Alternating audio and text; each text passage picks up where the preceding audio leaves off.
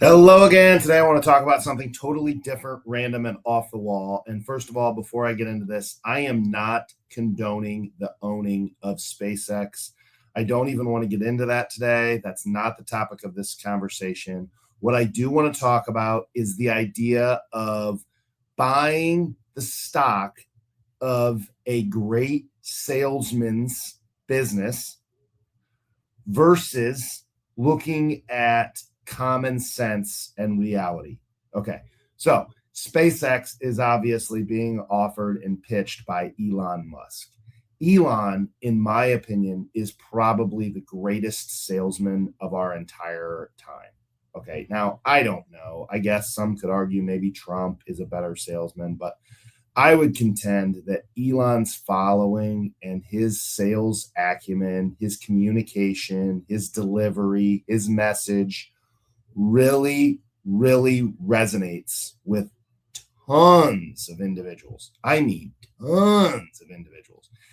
And in my opinion, at times, someone like Elon, it really doesn't matter what they're pitching. Now, I'm not saying that this is this way with SpaceX, but I just kind of want to talk through this just to kind of give us a framework of how I've been thinking. Again, it doesn't matter what he's pitching. He's pitching an idea, he's pitching a story, he's pitching his audience. Elon has done a masterful job of developing a following and creating an audience that, to be honest, that likes him, trusts him, and somewhat gravitates to thinking and acting somewhat like him. So, that being the case, like I can see a lot of people that are going to buy SpaceX just because of him, right? And I'm not saying that I couldn't get wrapped up into that, right? If I was 100% convinced that there's a sales guy that's just phenomenal and that's all that matters. You know, this is an opinion, but investing at times is like gambling. Okay, not all the time, of course. There's many more calculated risks and measures that you can look at to try and give yourself some clue as to what's going to happen in the future. But the bottom line is a lot of times we can't predict the future. So if we can't predict the future and we're really betting or buying something in an effort to make a financial return on something, most of the time when we buy a stock or an equity, in my opinion, that's not the case. Most of the time, we're buying a viable business. If you think about Walmart or you think about many stores or companies, you're buying something that has long term value and there's a long term business there, right? So, with Elon and SpaceX, we're really at this point buying his vision because the money that the company is losing today is mind blowing.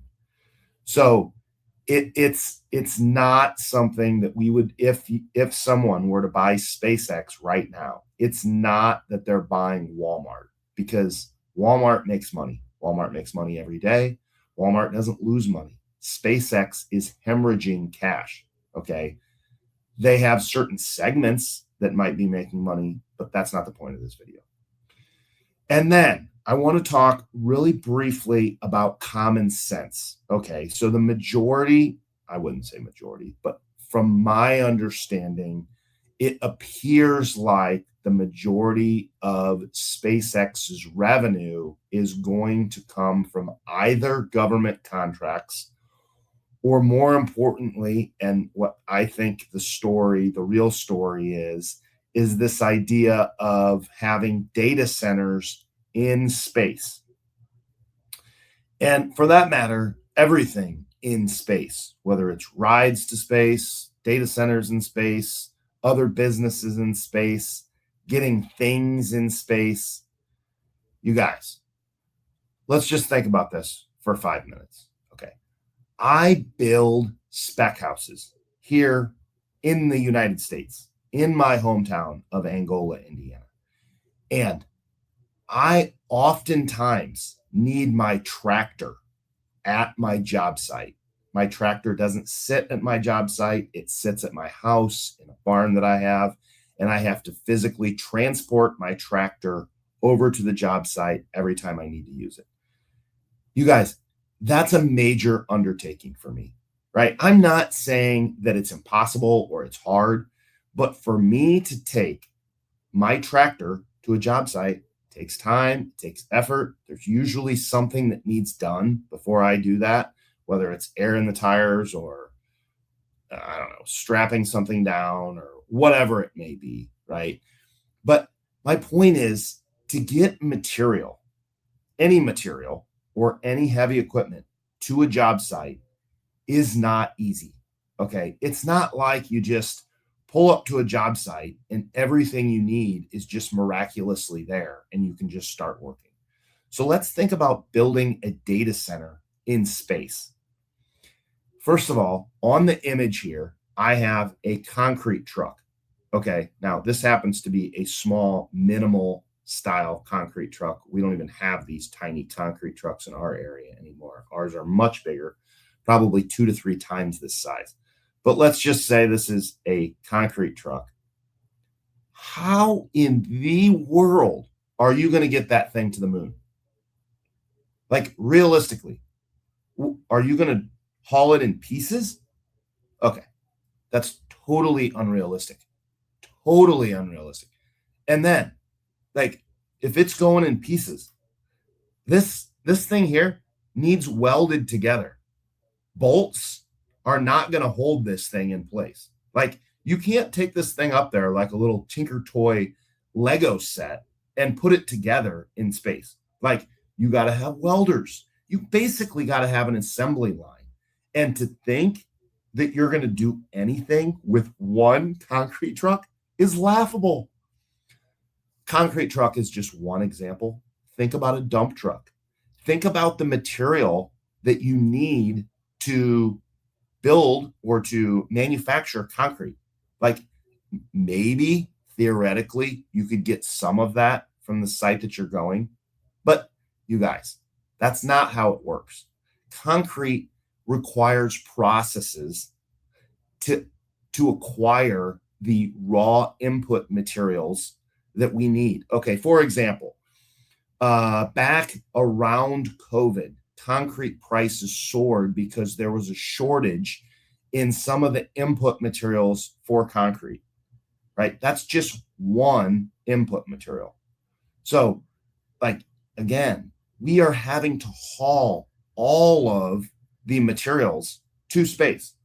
Like, you guys, common sense can tell you here, there is no way we are going to build a physical data center that's right. I don't have a picture of a data center here in the United States that are being built right now, but I've seen pictures. I'm sure many of you have too.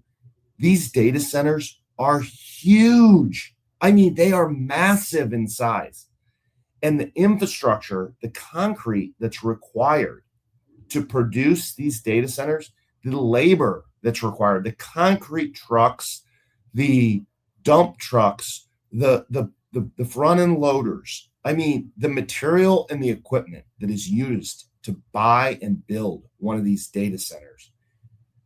You guys would be amazed. Okay, so getting back to this, I build residential houses kind of in my area. The time that it takes, the materials that it takes to do this kind of a project is mind blowing. You guys would be amazed if you knew how many steps are required to build a house, to do it right.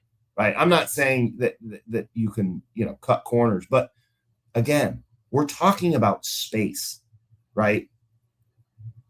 What's the environment like in space? Well, first of all, I have no clue, but what's the environment going to be like in space? And do you realistically think we're going to be able to take all the materials that we need to deal with the temperature swings and the climatic experiences that we will have to just reckon with as a difference between here and there? Like some people are saying that it's colder in space. Well, isn't that just when the sun is not blaring on you? Like, wouldn't we be that much closer to the sun? So doesn't the theory go that if you're getting closer to a hot object, you're going to be warmer?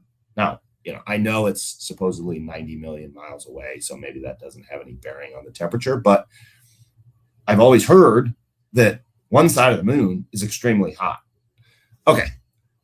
All this to say, you guys, I can easily see an avenue for investing in a company like SpaceX, primarily because of Elon Musk. Elon is a phenomenal business owner. He is a phenomenal salesperson. He has a phenomenal following. And honestly, he impresses me. However, if you're thinking that SpaceX is a viable business similar to Walmart or similar to any other business, Apple, or even, like a tech company, Google, or, any of these, we have a lot to learn. Infrastructure and construction is not as easy as just an idea that you can implement. There is a lot to it. So, all this to say, be careful with what you invest in today. I'm not saying you shouldn't invest in something, but I would just offer up the idea of when you're investing, you need to understand and clearly have an expectation as to an exit plan and time period and what your long-term strategy is going to be. Anyways, hope this was helpful. If you have any questions, hit me out.